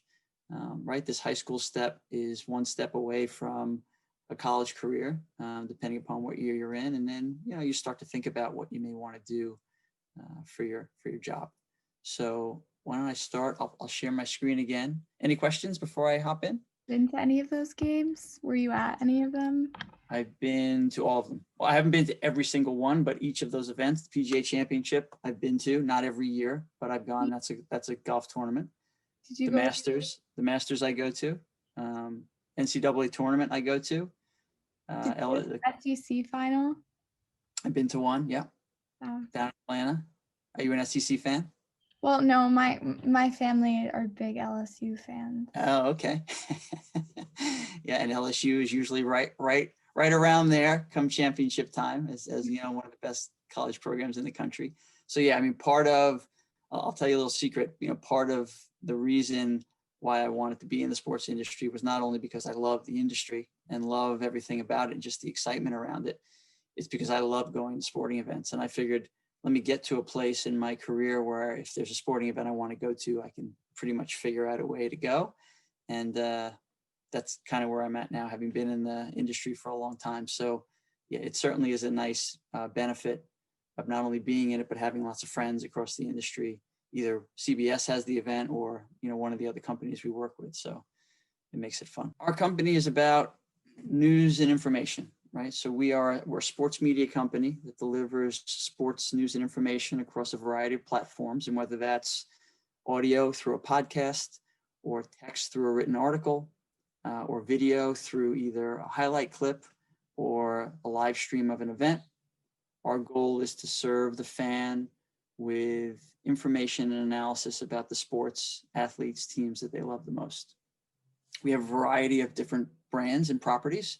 CBSSports.com is the premier one under the CBS Sports brand, but then I'll show you too, we have high school properties, we have college properties, really helping sports fans to get everything they want from preps in high school all the way up to the pros. So here are some of the brands that we have, right? So CBS Sports, again, covers everything pro and college. Our primary sports, as you saw in the video, golf is one of our foundational sports. College football, college basketball, NFL are really the key properties for us. 24/7 Sports is a network of college sports sites. So we operate those, and it really covers something called recruiting, which is looking at all of the high school athletes across the country and the colleges that they may go to. So if you're a big LSU fan, we have a LSU site in the 24/7 Sports network. And on that site, we're going to talk about not only all the top recruits across the high schools in the country that may be coming to LSU, but then, you know, we talk about those LSU players and where they may go in the draft and what pro teams that they may end up on. And Max Preps is the high school property. So we are the largest audience for high school sports fans. And it's really about events and data and information, all the statistics for all those high school sports athletes. And this is just a little bit about the size of our digital properties. So we serve about 70 million people on a monthly basis across our digital properties. On social platforms, we reach about 45 million people, and we have accounts on all the places you'd expect, on Facebook and Twitter and Instagram and TikTok and YouTube, right? We put content across all of those properties. In terms of overall competitors, ESPN, NBC Sports, Fox Sports. In terms of overall audience on our digital properties, we're number 2 behind ESPN. So it's a fairly large audience. And then just some other information here about the types of people who come and visit our properties. You see here, 58% are between 18 and 49 and 25 and 54. So it's a fairly kind of middle-aged, what they call demographic, which is the age of the people who visit. Tend to be working, you know, so that affluent is, you know, household income is HHI. So tend to be kind of post-college and in the working world and making money, which is good because advertisers who advertise with us love to send their message out to people who are making money so they could spend on their product. Then, you know, typically college educated and a heavy digital audience, people who spend time across, you know, websites and mobile apps and connected TV apps is one of the ones that's seen the most growth. How many folks have either an Apple TV or Roku or an Amazon Fire? Do any of you guys at home use those platforms to watch video? Yeah? Neve, which one do you use? I have like a smart TV, but I also have cable. So I also have like, isn't there like CBS Sports apps? Mm-hmm. Yeah, I have that one too. Oh, oh wow. You're already a customer. How great is that? Remember Eric, how about you, Eric? What do you use? Do you use any devices on your TV to stream content? Yeah, I also have a smart TV, and I also have cable, so yeah, mostly those two. But Great. yeah. And how about you guys, Ariana, Sophia? Do you stream any content with any of those devices on your TV? Yeah, we have a smart TV. Mhm. Yeah, That's Apple great. TV. I use Yep. it. That's great. And so it's funny, right? You have the devices and you also have cable. Do you find sometimes that you're using the devices to stream stuff more than you're watching the stuff on cable? Yeah, and I'm like learning more about how to use it. Mm-hmm. Yeah, it's amazing. It just opens up so many possibilities, especially now with everything that's been going on with everybody home. There's a lot of exploration happening, people using those devices to see all the incredible content that's on there. You just have to make sure that you're not trying to stream something while people are on Zoom calls. So that's great. So you guys all understand, right? There's so many different ways to see the news and information. And when I get a little further in, I'll show you, if you have the CBS Sports app like Neve, we have a service on there called CBS Sports HQ, which is a 24/7 sports news network. That's all the games and information and highlights about all the sports that are happening on a daily basis.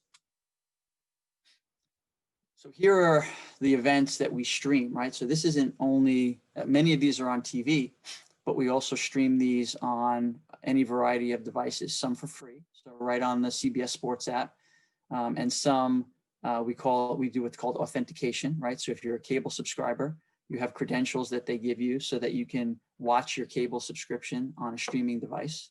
So that's authenticated. And then we have a product called CBS All Access, which is our direct-to-consumer streaming service, like an ESPN Plus, like a Netflix, that enables you to, if you're a CBS super fan and you want to watch archived programming like Survivor and The Good Wife, right? You can subscribe to that service to watch there. So these are the events that we offer as part of mostly the free service, but also partly subscription. So you saw Army Navy, the football game, you see the SEC and the NFL, college basketball, a variety of championships, the March Madness college basketball tournament, the Masters, a variety of golf tournaments that span the entire year. And one of our newest properties that we've added in the last year is UEFA Champions League. So anyone who's an international soccer fan, we offer, or Europa League, we offer all of the matches from both of those leagues as part of our all access subscription service. So we are very deep into soccer. And another property that we added this year was the NWSL, the National Women's Soccer League. So we offer the ability to watch those events too. So this talks about that service, and right on the heels of this, I'll show you a little bit more about that service. So this we launched 3 years ago, called CBS Sports HQ. And again, it's a live news and information service. You can turn on at any time and get the latest and greatest in updates and highlights and information. And there's fantasy sports information there. And now with the legalization of sports gambling, there's sports gambling information in there. But it's really meant to be a pure news and information service for any sports fan who's interested in either the news of the day or seeing what happened in the games last night or getting a preview of what's coming in the games on that day. And then here's just a view of, I thought this would be helpful just to see some of the competitors that are out there. And this is digital audiences, right? So this is the audiences that are coming to the variety of digital properties, and they're all rolled up into one number. So you can see that this is through 18-19. As you might imagine, the 19-20 seasons are going to start off okay, right, with the second half of 19. But then as we get into 20, there's been, when sports shut down, a huge impact on audiences. And now with everything coming back at once, we just finished up a NHL hockey season and an NBA season. The Major League Baseball season will be finishing up in a couple of nights. NFL has started, college football started. So just what we're calling a sports nirvana, with all of these sports happening at the same time, giving people the opportunity to just get as much as they want of their favorite sports. So we're getting back to now the sizes of audiences that we saw pre the start of the pandemic.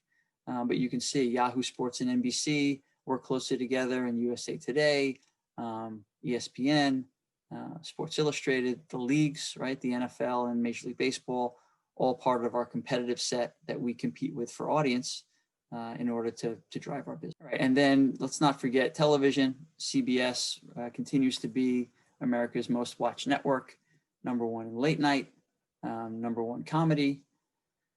#1 news program in 60 Minutes, #1 drama, NFL on CBS. And we have the Super Bowl coming up in February of 2021.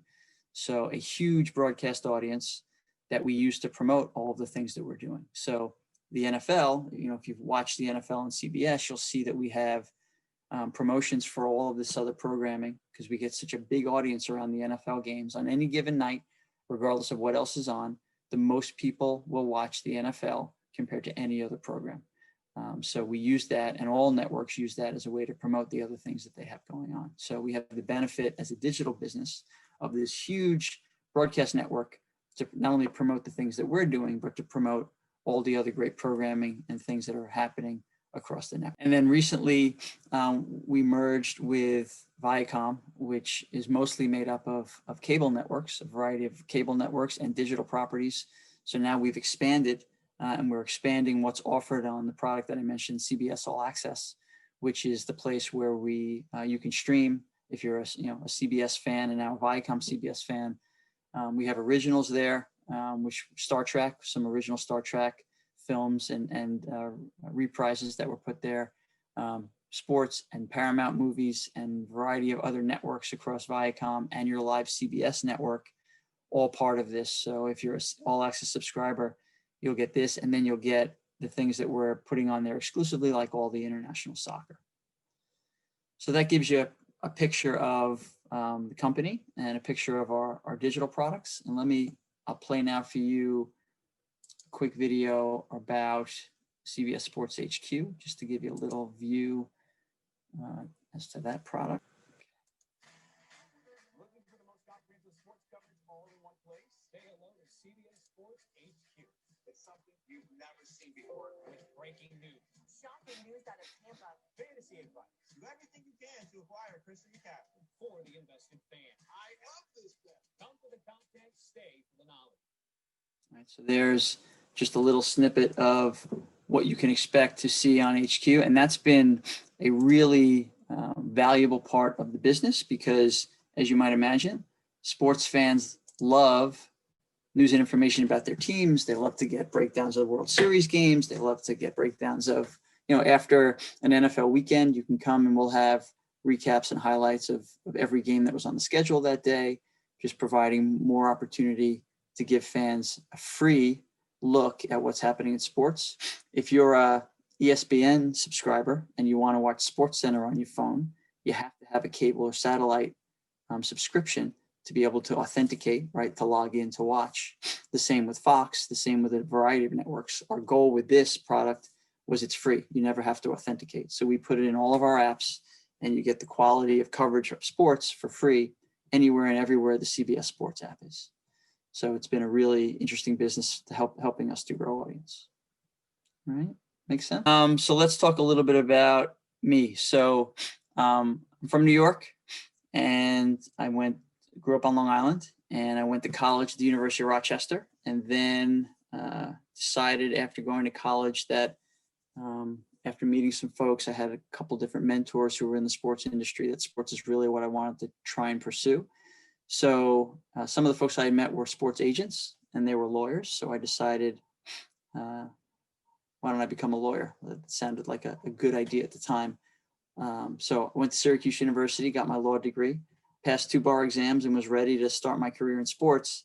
What I really was trained to do though, and ready to do, was practice law in New York and New Jersey. So I sent letters out to every sports media, sports marketing, sports management, team, league, college conference, just looking for that kind of first job in sports.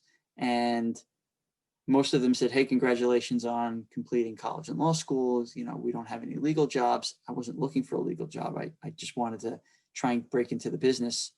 So that was kind of the first time I said, well, I'm not going to get discouraged. I have a long career ahead of me, and I can figure out kind of how to get into the sports world. But because I had spent so much time learning to be a lawyer, I figured let's be a lawyer for a little while. So I ended up clerking for a judge for a year, and then I worked for a couple of small private practice law firms, and it confirmed one very important thing for me. I did not want to practice law. There was nothing for me, nothing fun about it. the legal system was kind of fraught with challenges, delays, and conferences and court systems and adversaries. And so whereas other people love the litigation and love the practice of law, it wasn't for me. But again, after doing it for almost 5 years, I felt like I had a pretty good handle on what it meant to be a lawyer and kind of the responsibilities. And it taught me a bunch of really great skills.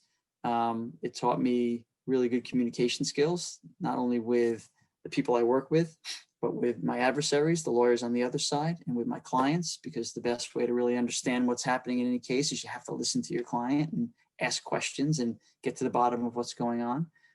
Negotiation, because everything in law is trying to figure out negotiation with the clerks and the judges and the lawyers on the other side and the insurance companies to try and get the best outcome for your client. So learned a lot of great things, learned how to time manage very well, learned how to work with people, learned how to listen really well, but it just wasn't an interesting area for me. So people said, oh, why don't you practice sports law? And I thought about that, but it was more about the practice of law. Just that part of it just didn't click for me. So I decided I needed to take a step out and just really try and pursue sports. So I left a paying job as a lawyer, and I took an unpaid internship at St. John's University here in Queens in the athletic department. And the key there was when I started to look for this job in sports, I spoke to everybody I knew. I spoke to friends, I spoke to colleagues, I spoke to family members, just trying to find if there was any connection to the sports world that I could pursue, because that's really the group that cares about you the most. You can reach out to someone that you're referred to, and they may get a bunch of calls, and they may be helpful, and they may have a stack of resumes. The people who know you, the people who are there for you, are the ones who really want to try and help. And it turned out that one of my very best friends, his dad, worked in college athletics and knew one of the athletic directors at St. John's and referred me there. And I basically walked in and said, look, I've been practicing law for X number of years. I just want to come in and volunteer some time to see if this is what I think it is, to see if working in sports and working in college sports gives me a little sense of what this might be like. And they offered me a position. I got to work for one of the assistant athletic directors. He was in facilities and operations, but it exposed me to a variety of things. And I knew the first day that this is where I belonged. I walked onto campus, I walked into the athletic center, and there were practices going on, and the band was playing, and the people, it was buzzy, and people were all over the place, all different kinds of conversations, clients, advertising clients were in. And I just had the feeling like this, this is the type of environment that I wanted to be in. And it was great. I mean, I ended up working a little bit in sales and sponsorship, working a little bit in facilities, working a little bit with the marketing team, working with the event operations team. I got to run around with a walkie-talkie during an event, make sure that the dance team was ready to go and the band was ready to go. And I was willing to do anything that they would, offer to me just because I wanted to get that experience. And a funny story, one night I was there late, early evening, and my boss came in and said, what are you doing tonight? I said, oh, I'm just going to be around. And he said, well, we have a problem and I need you. I said, okay, whatever. What do you need me to do? He says, well, there's a St. John's UConn women's basketball game tonight, and the public address announcer is sick. I said, okay, so what are we going to do? He says, no, you're going to be the public address announcer. So for those of you who don't know, the public address announcer is the person who sits at the scoring table and announces the teams when they come out, announces the players when they're substitutions, reads the live advertising over the loudspeaker, plays the music in between kind of timeouts and things. So I was thrown into that, and I said, I've never done this before. He's like, yeah, but basketball, and you're totally comfortable in this environment, and we'll give you a spotter who helps you identify who the players are, and just go have fun with it. And the gym was full because UConn, one of the best women's basketball teams in the country, they bring lots of fans with them. And it was an unbelievable experience to be kind of thrown into that. And it taught me a couple of things. One, you never really know what's going to happen in this environment because stuff changes fast. Two, I felt like no matter what was thrown at me in this environment, because I loved, the sports arena so much, no pun intended, I felt like anything they threw at me, I could jump on, and it just felt right. So I did that for about a year. And then I worked for a small media company in sales. And then I ended up with a fantasy game company. For those of you who don't know, fantasy games are You pick real live athletes and you assemble a team. And then based on their actual performance, you score points, and then you compete against people either in your own league or you can compete against people more broadly. And they were originally done on paper, right? We tabulate all the statistics and circulate the results. I work for a company that put fantasy games online. So all that stuff was computed digitally online. So we had millions of people playing these games. And I was kind of looking for a job. I had met someone who worked at the company. They said, hey, we're looking for someone on the business side. Would you be interested? And I went in and met with the CEO of this company. The company was 3 people. It was the CEO, it was a person who was developing the web product, the games, and it was a technology person. And I sat down with him. He said, look, we're a young company. I raised some money. We're going to try and grow. I need someone to help me, develop the strategy around the business. I need someone to figure out what we're going to do, in terms of developing our revenue, how we're going to make money. He said, so I'd like you to be my head of business development. And I said, sounds great to me. I mean, again, it's sports and it was fantasy games, which I was very familiar with. It was a small company, an opportunity to really get myself involved in a bunch of things. And he offered me the job, and I was there for almost 3.5, 4 years. And it was great because it was, again, as a small company, anything that needed to be done, there were only 4 of us, and we were figuring out whether it be a business idea or a legal issue or a partnership issue, trying to figure out what the strategy was for this business. So it gave me kind of a firsthand look at how to build and structure a business from the ground up. And we ended up growing it from 4 people to 120 people. And we raised a bunch of money to fund the business. And then kind of in the kind of late 90s, early 2000, the entire internet industry, which is based on advertising revenue, had a significant issue because the advertising market kind of fell out. So many of those companies ended up disappearing. We shrunk down to 20 people, and we sold this company, which was called Small World Sports, to a company called The Sporting News. And we had done business with The Sporting News. We had built them a game, and The Sporting News was a media company. They had a radio network, they had a weekly magazine, and they had a website. So I went from, just these online fantasy games to this media company, which gave me exposure to all kinds of different platforms and all kinds of different content. It was a big company with hundreds of people in it. And one of the people there that I met when we were doing business with them, his name was Mike DeBester, became one of my very best friends and mentors and taught me the world of sports media. He had been in the space for, upwards of, almost 20 years when I met him. And I had now someone that I could really learn from. And I ended up working for him for almost 5 years at the Sporting News. And then he retired and I took over for him at the Sporting News. And we had just a great relationship. And I was very close with the people at the Sporting News who worked in a variety of areas, but particularly close with the person who ran our digital business, our websites, because of my experience there. And then he picked up and left and came to CBS back in 2007. And when he was leaving, and we talked a lot about it, he said, I'm gonna go, and I think I really want you to come, to CBS. I'm going to need someone on the business side, and we work so well together. I'd love you to join me. And he was at CBS for about a month, and then called me and said, I'd love you to come and work with me here. And I've been here ever since. And what that gave me was not only more experience in the digital business, but I had no experience at all in television. And part of my job was, so much of what's happening now in the business world is that, and especially in media, is that you have the different platforms, the linear or broadcast, the cable, the digital, all working together so that you can serve the audience as well, so that you have consistency of content across those platforms, so that you have consistency with your brand across those platforms.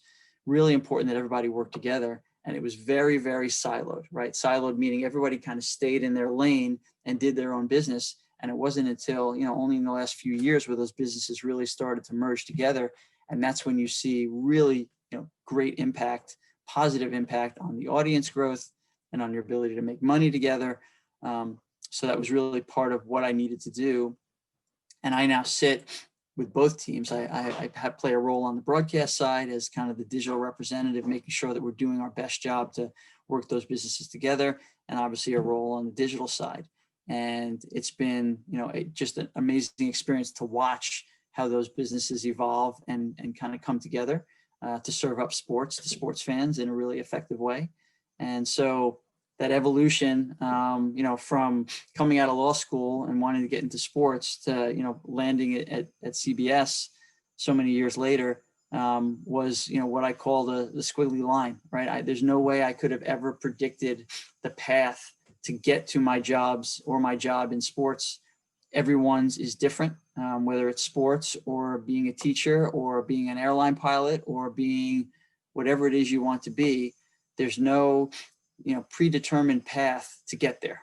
All there is your path to get there. And there's no right or wrong way to do it. There's your way to do it. And I wouldn't trade one step that I took along the way, because every one of them, all the different positions that I told you about, taught me something about myself, taught me something about other people, taught me incredible skills that I still use all the time. I'm not the lawyer at CBS, but I use my legal skills that I learned years back every day in discussions and negotiations and reviewing documents and contracts and things. So all of it is stuff that I use all the time. But I ultimately didn't want to be the lawyer, so I leave that to somebody else. And I really just focus on the business part, which I find, the most fun. My typical day is made up of a variety of meetings and discussions. And, I'd say that on a given day, anywhere from 40 to 70% of my day is pre-planned, just with a variety of meetings and things that may happen. But then there's sometimes up to 50 or 60% of the day that is made up of things that I don't even know are going to happen when the day starts. Something happens with a particular event, there's a new opportunity, someone reaches out to me that I wasn't expecting to hear from, someone needs my help or support with something, there's an emergency around something that we need to do very quickly. So, I love the fact that it's, super innovative and creative, and that a lot of things are happening on the fly. And also the thing I love best about my job is that because it's business development for the entire division, I get to work with people across the entire division. So there are salespeople and marketing people and product people and technology people, and they all work in their specific areas. When I'm working on deals or relationships, they may touch a variety of people in all those areas. So I get to, work with all of them or a variety of them for each of the different relationships or deals that I work on, which just gives me great exposure across the entire company to all kinds of people, which I love. So, I'd say that the kind of the creativity, the innovation, the unknowns, and the variety of people are some of the things that I love best. And, on top of that, the fact that it's all relating to sports for the most part and to an industry that I really love, makes it, all the better and that much more fun. Well, I thank you for joining me. And my daughter Sienna is here. So if anyone has follow-up questions, feel free to reach out to her and she'll get them to me. And I wish you all be very safe and stay healthy. And I know that remote high school or hybrid high school isn't what anybody wanted to sign up for, but do the best you can. And again, just stay safe. Thank you so much. This was so interesting. I'm so glad I got to host this one. Terrific. Well, it's great to meet you all, and good luck.